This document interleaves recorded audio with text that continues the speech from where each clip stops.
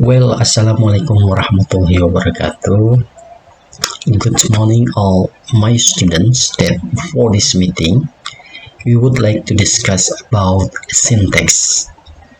Our specific discussion is about phrase structure. Well, we see what is a phrase structure here.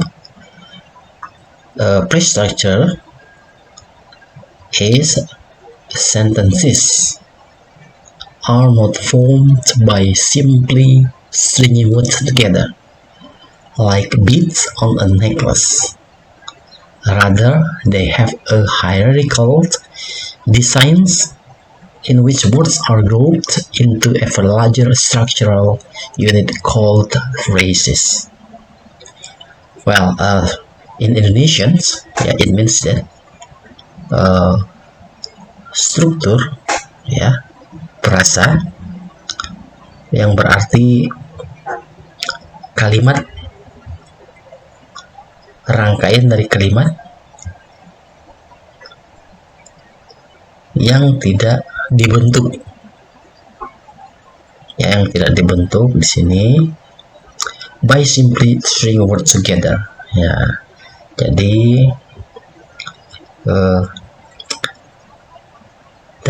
tidak dibentuk dari rangkaian kata yang sederhana secara bersamaan, seperti rangkaian kata tersebut katanya tidak terbentuk seperti like a bead on a necklace. Nah, seperti apa? Seperti gelang, yaitu terdiri dari rangkaian-rangkaian kata yang saling terhubung satu sama lain sehingga itu akan membentuk sebuah necklace, gelang. Nah, jadi phrase structure adalah kalimat yang tidak berasal dari serangkaian bentuk kata secara bersamaan. Nah, rather they have a hierarchical design in which words are grouped.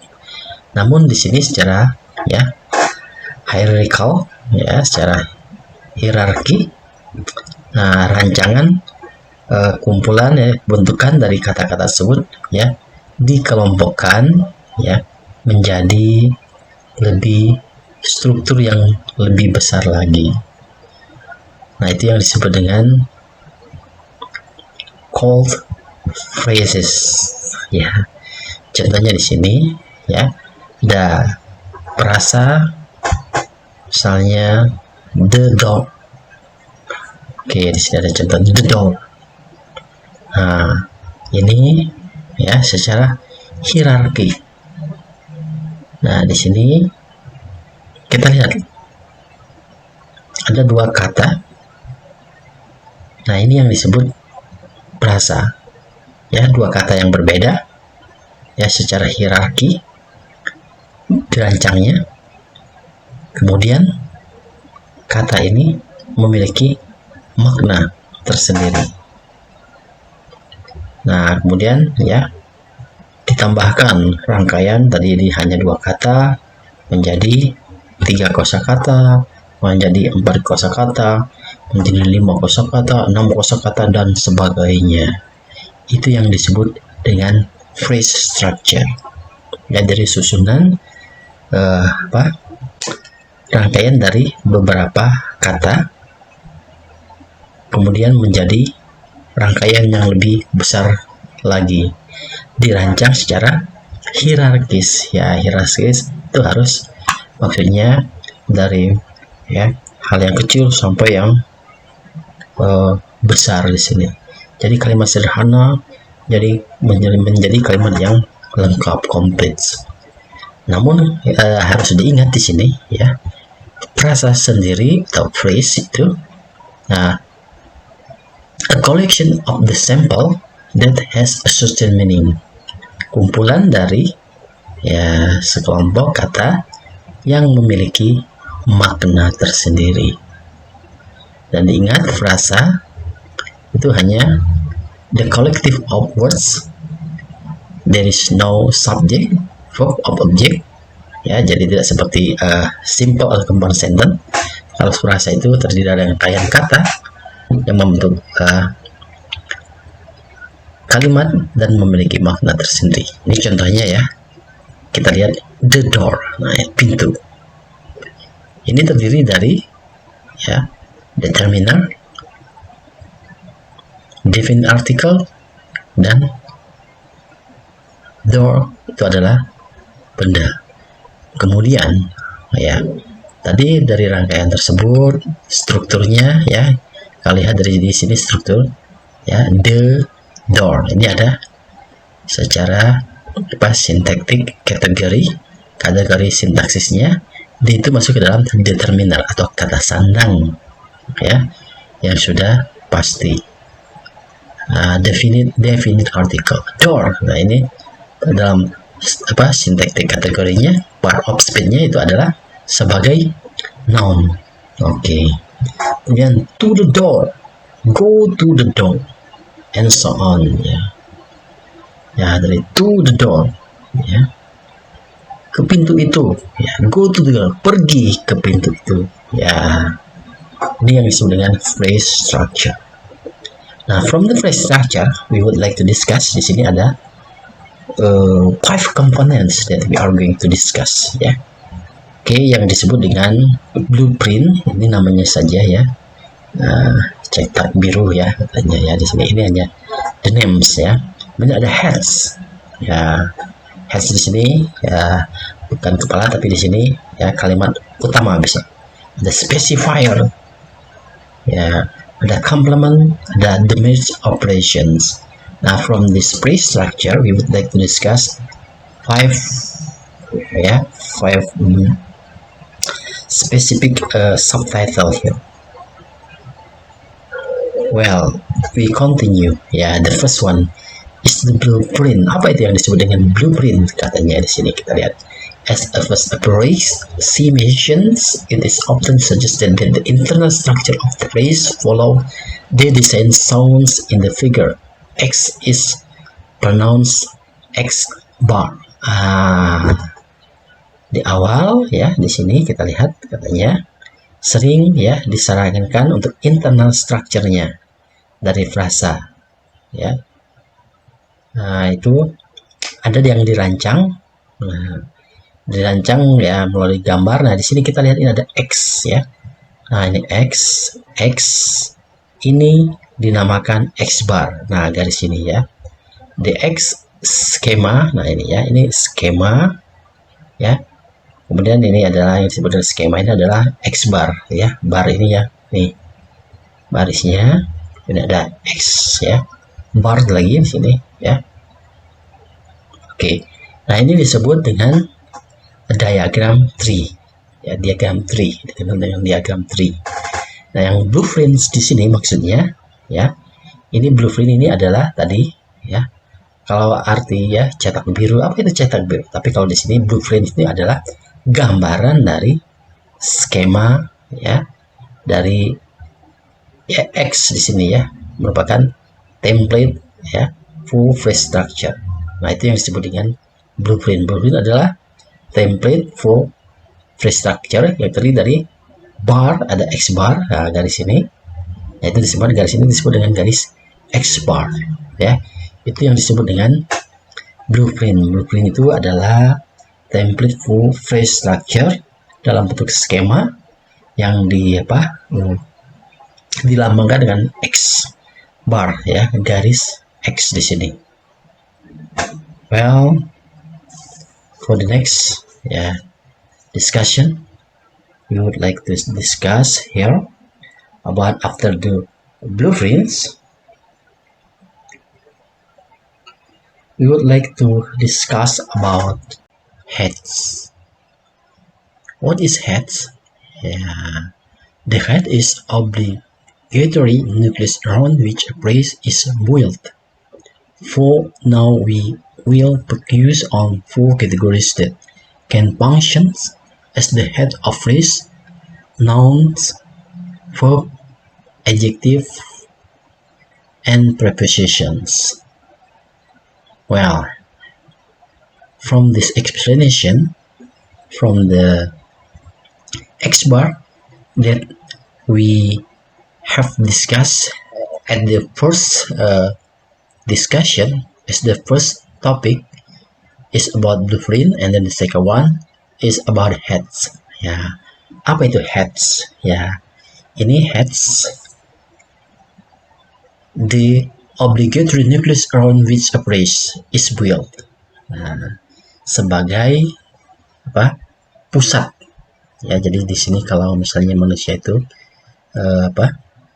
pusat aktivitas ya untuk melakukan itu berasal dari our brains. Nah, misal kita berpikir, wah, I have to study after listen.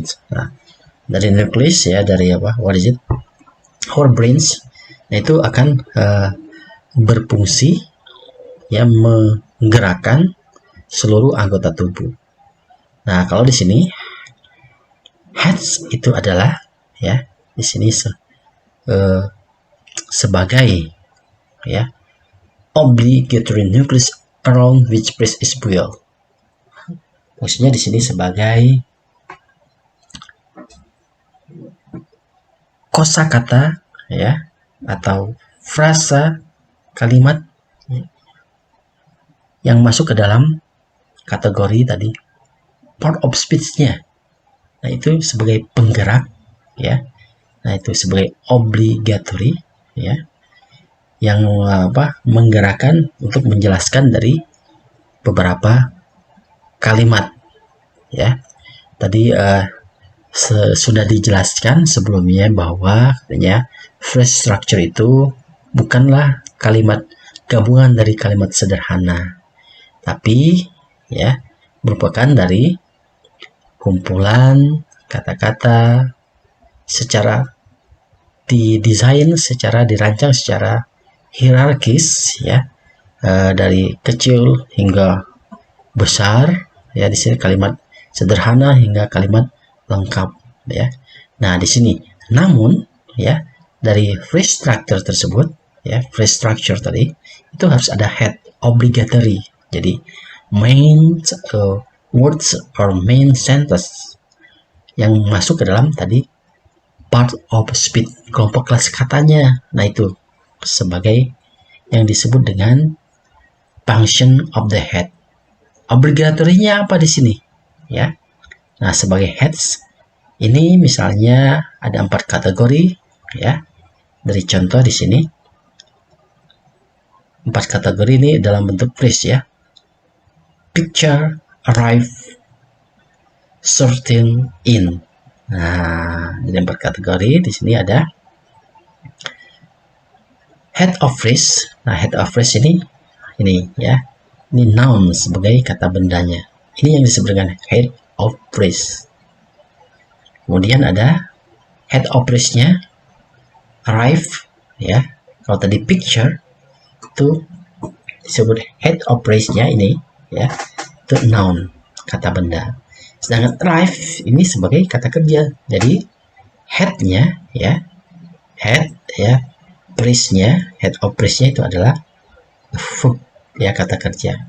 Sedangkan certain itu adalah adjective, kata sifat. Jadi sebagai head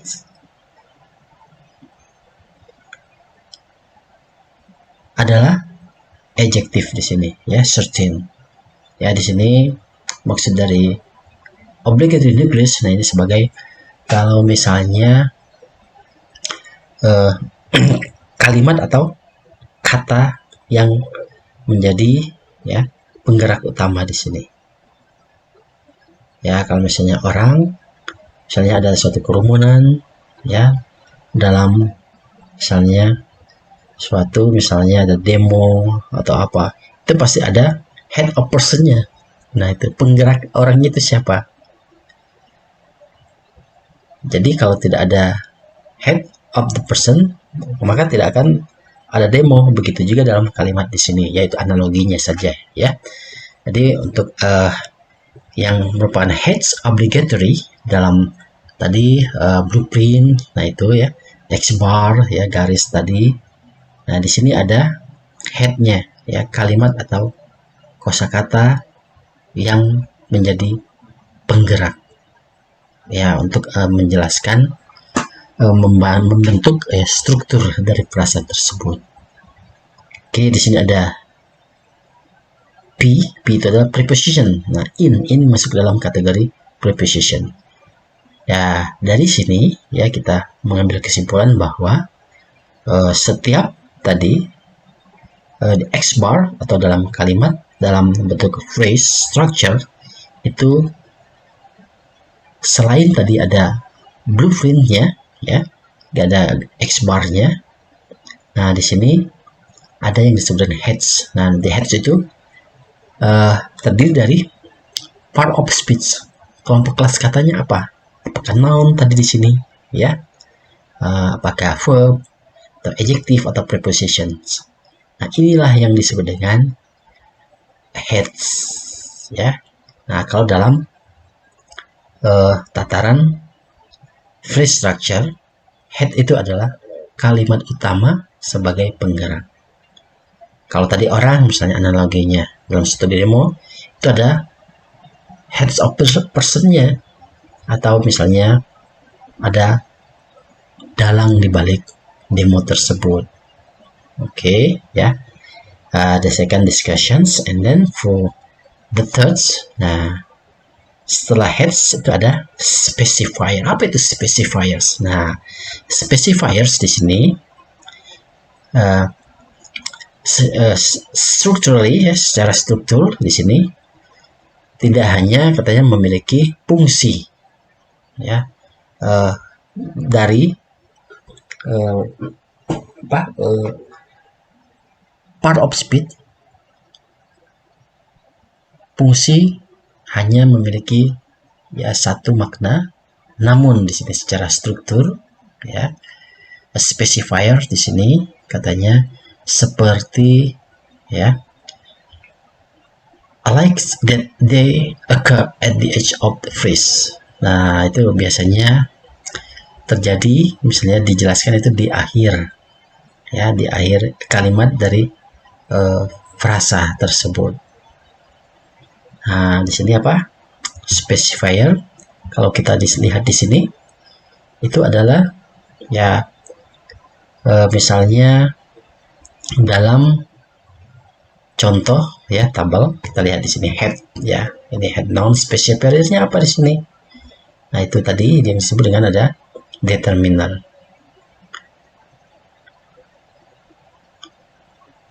Nah, di sini tidak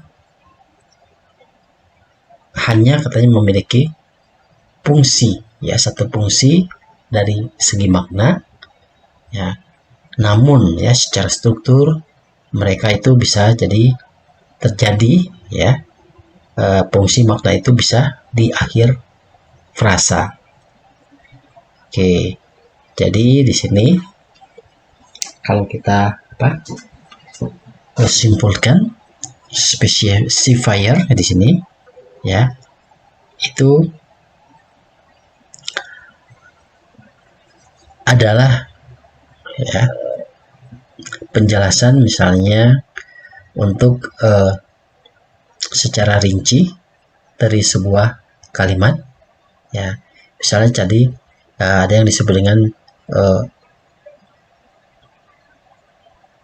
definite article, indefinite article, kata senang yang sudah pasti atau yang tidak pasti, atau pronoun dalam bentuk kata ganti ya. Misalnya untuk kata ganti ya, misalnya penunjuk ya, ini itu ya, dan sebagainya. Kita lihat di sini, the specifier position in English is at a phrase left margin ya, the beginning ya. Kita lihat ya, biasanya itu kalau dalam bentuk frasa ya di awal ya dari frasa tersebut. Oke, kita lihat di sini contohnya ya, ada some specifier. Nah, ini ada head, specifiernya dan determiner. Nah, determiner itu disebut dengan specifier ya. Nah, specifier itu ya secara struktur di sini ya tidak hanya memiliki satu fungsi makna, tapi berbagai macam fungsi ya makna itu bisa dia jelaskan.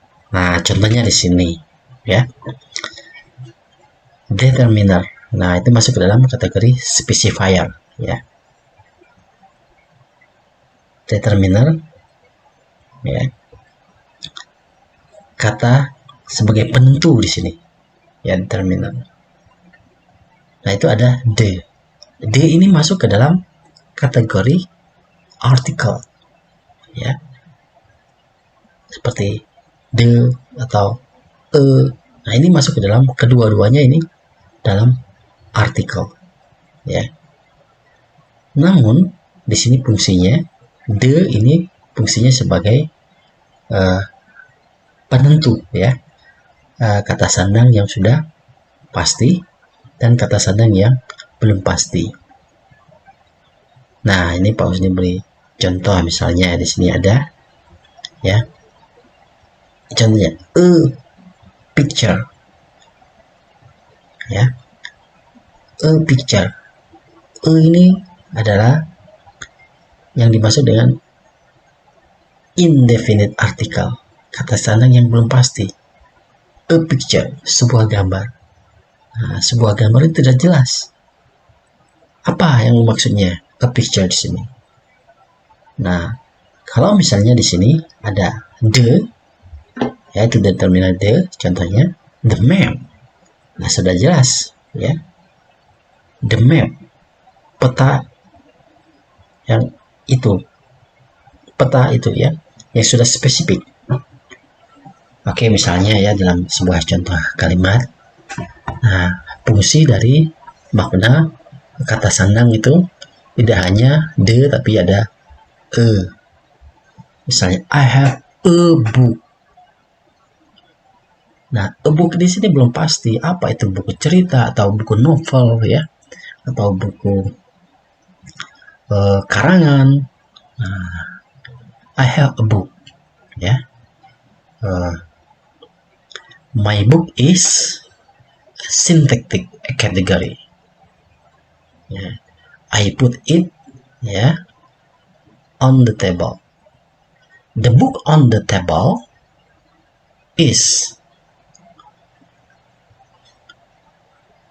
a syntactic category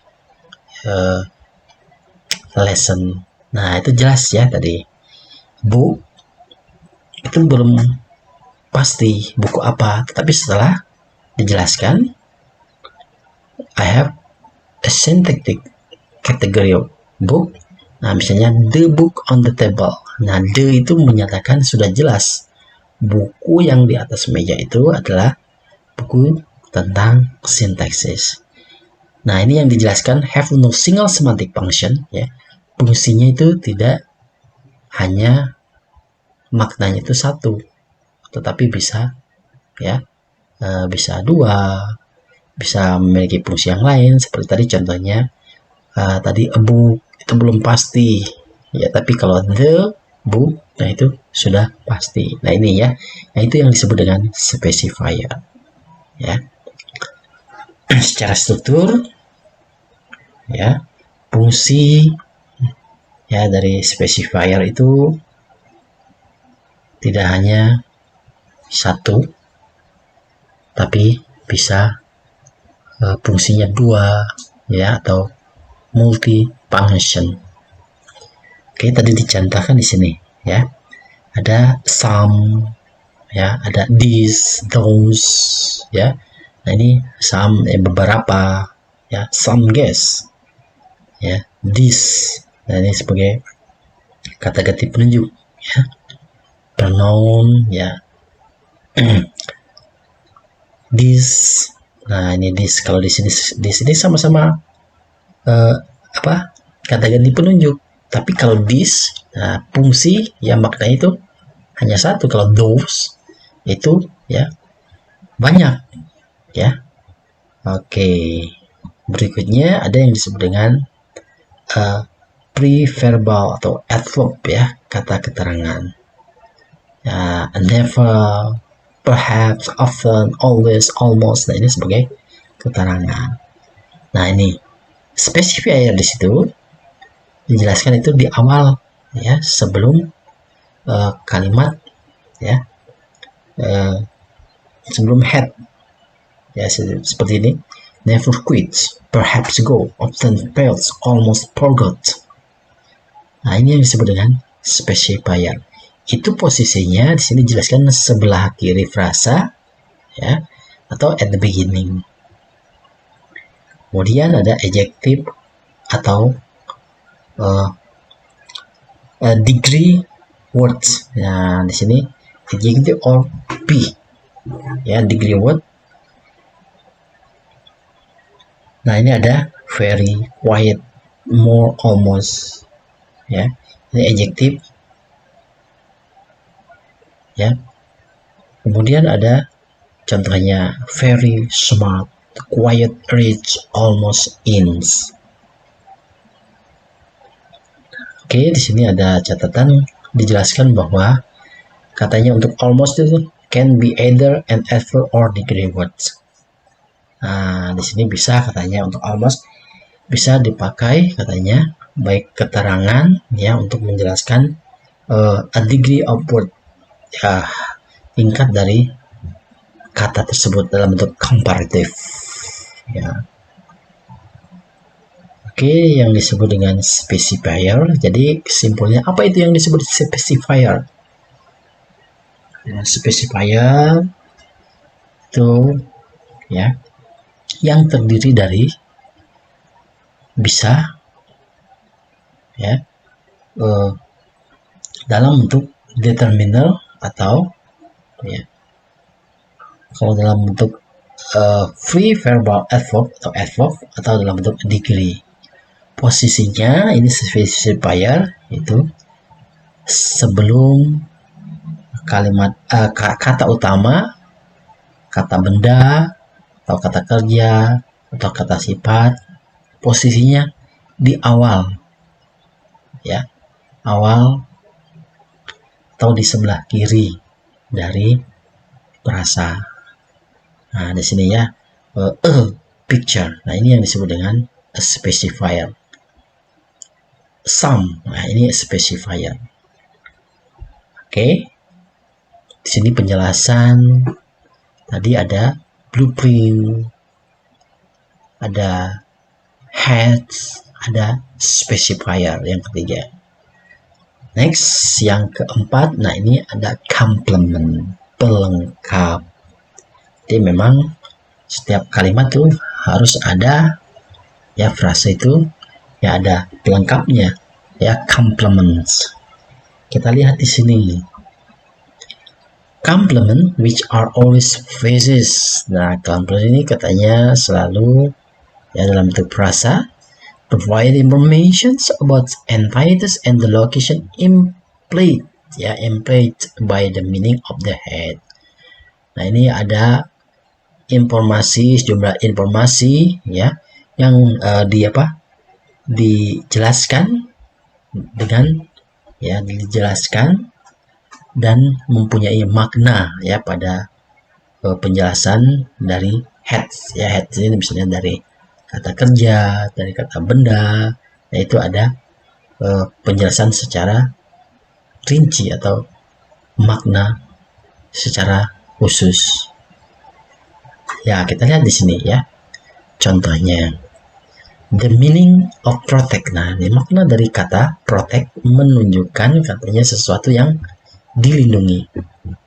The meaning of protect is implied that is protected. Nah, kata protect itu pasti ada sesuatu yang dilindungi. Nah, contoh kalimatnya protect the environment. Lindungi lingkungan di sini. Maknanya ya menunjukkan bahwa di sini ya locations ya, bisa lingkungan tersebut yang dilindungi itu ada berumah ya, dalam bentuk rumah, lingkungannya, atau misalnya sekolah. Ya, kalau di sini menunjukkan katanya protect the environment. Nah, ini secara khusus ya, pelengkapnya itu menjelaskan yang dilindungi apa di sini, environmentnya itu adalah in the house. The meaning of map, ini kata map ya, kata peta, menunjukkan suatu wilayah that is depicted ya, yang apa, wilayah yang sudah ada ya penjelasan ya di dalam peta tersebut. Misalnya di sini dijelaskan the map of Canada, itu depicted ya, menggambarkan atau menjelaskan di sini ada kota-kota apa saja yang ada di Kanada. Oke, kita lihat. Jadi complement itu adalah ya frasa yang menjelaskan informasi secara spesifik dari ya sebuah kata ya, dari sebuah kata ya atau frasa. Oke, di sini kita lihat ya pada contoh 5.4 the X schema. Nah, the X schema ini yang disebut dengan X bar atau tadi blueprint. Nah, ini ya, kita lihat di sini. Nah, ini X bar ya namanya. Nah, ini heads ya, heads itu non phrase. Non phrase itu terdiri dari, kita lihat dulu kalimatnya di sini, a map of Canada. Nah, itu frasenya ya, peta ya negara Kanada. Nah, ini terdiri dari ada ini semua dalam bentuk ya, ada noun phrase. Yang pertama di sini ada determiner, ada nouns. Nouns-nya yang mana di sini ya? Ini dalam bentuk diagram. Ada noun phrase-nya, determinernya ya. Kemudian ada sini nouns. Nouns-nya ini a map of Canada, terdiri dari noun dan prepositional ya, prepositional phrase. A map of Canada, noun phrase-nya di sini determiner, ada nouns ya, kemudian ada nouns-nya ini map, kemudian ada prepositional phrase jadi of ya, ini of Canada. Ini yang masuk ke dalam ya pelengkap complement ya, frasa katanya di sini yang selalu menyediakan informasi ya secara khusus atau makna yang khusus yang diinformasikan ya sebagai pelengkap dari suatu frasa. A map of Canada. Oke ya. Ini ada verb phrase-nya di sini. Verb phrase. Yang mana verbnya? Oke, ini protect the environment. Always di sini verb phrase-nya itu ada adverb ya. Nah, ini yang disebut dengan tadi specifier ya. Nah, ada determiner itu yang disebut dengan specifier. Kemudian ada di sini verb phrase ya, verbnya protect verb dan non phrase-nya the environment. Begitu juga di sini ada adjective phrase, tingkat ya degree comparatif atau quiet. Adjective-nya yang mana di sini ada pound. Prepositional phrase-nya of wine. A quiet font of wines ya. Jadi ini adjective phrase, white itu bisa masuk dalam degree ya, atau adjective ya, bisa tingkat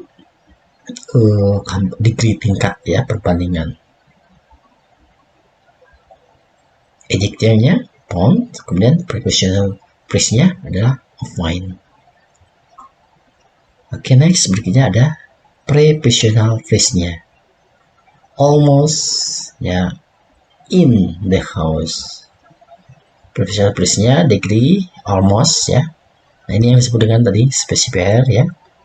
Kemudian ada preposition-nya in, kemudian ada non phrase-nya the house.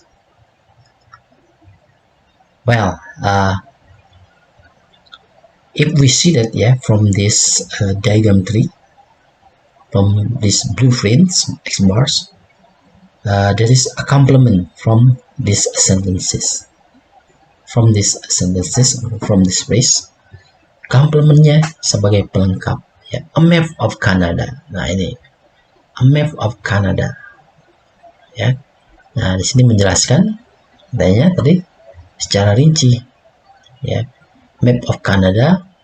Ya, ini menjelaskan ada implies ya the area is depicted, menggambarkan wilayah yang ada di Kanada. Itu penjelasan ada suatu lokasi. Kalau di sini menjelaskan tentang apa? Lingkungan tadi yang dilindungi. Bisa kategorinya rumah atau sekolah. A quiet font of wines. Nah, di sini apa? Menjelaskan tentang minuman, ya, tentang minuman, ya, wine, ya, anggur.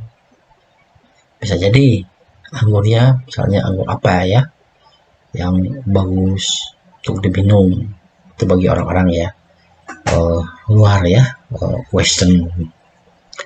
Kemudian ya almost in the house. Nah, complementnya di sini ya almost in the house ya. Bisa jadi di sini ya menjelaskan ini apa? Preposisi ya. Sebagian ya almost ya tingkat ya. Almost in the house. Sebagian besar ya, atau misalnya almost, hampir ya di dalam rumah. Nah, itu yang disebut dengan ada a complement.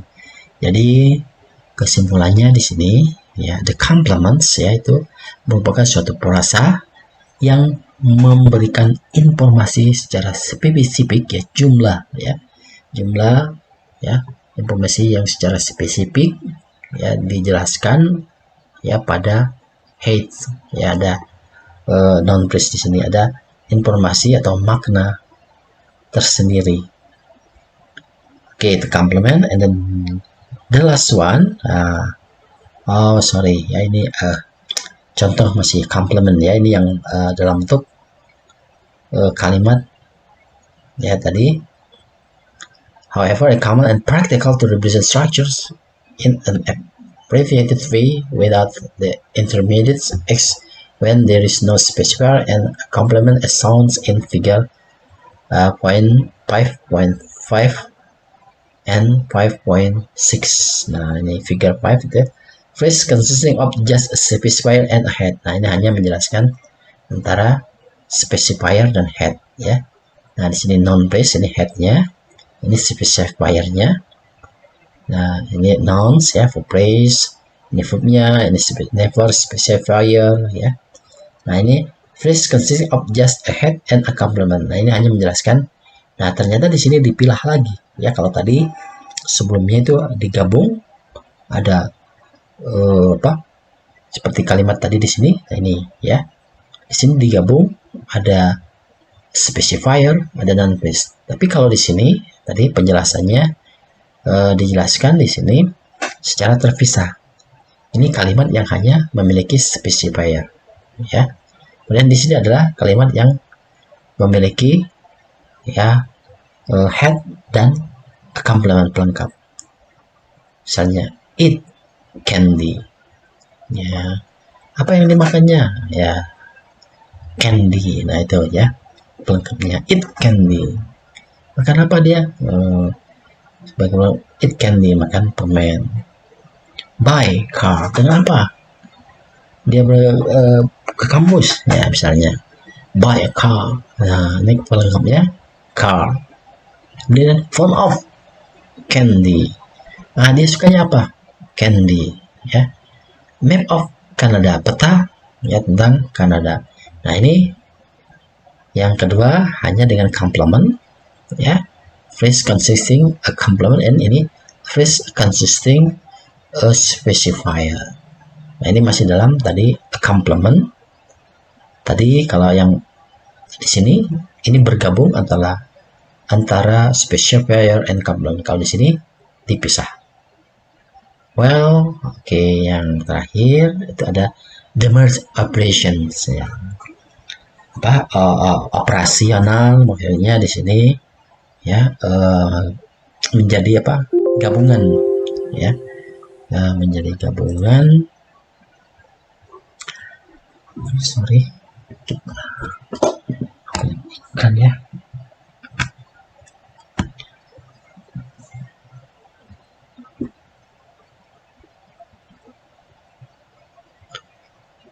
Oke, yang terakhir adalah merge operation ya, operasi menggabungkan ya dari kombinasi kata dengan ya skema tadi. Kita lihat di sini ya. We can now formulate the following operation for sentence building. Nah, di sini bisa tadi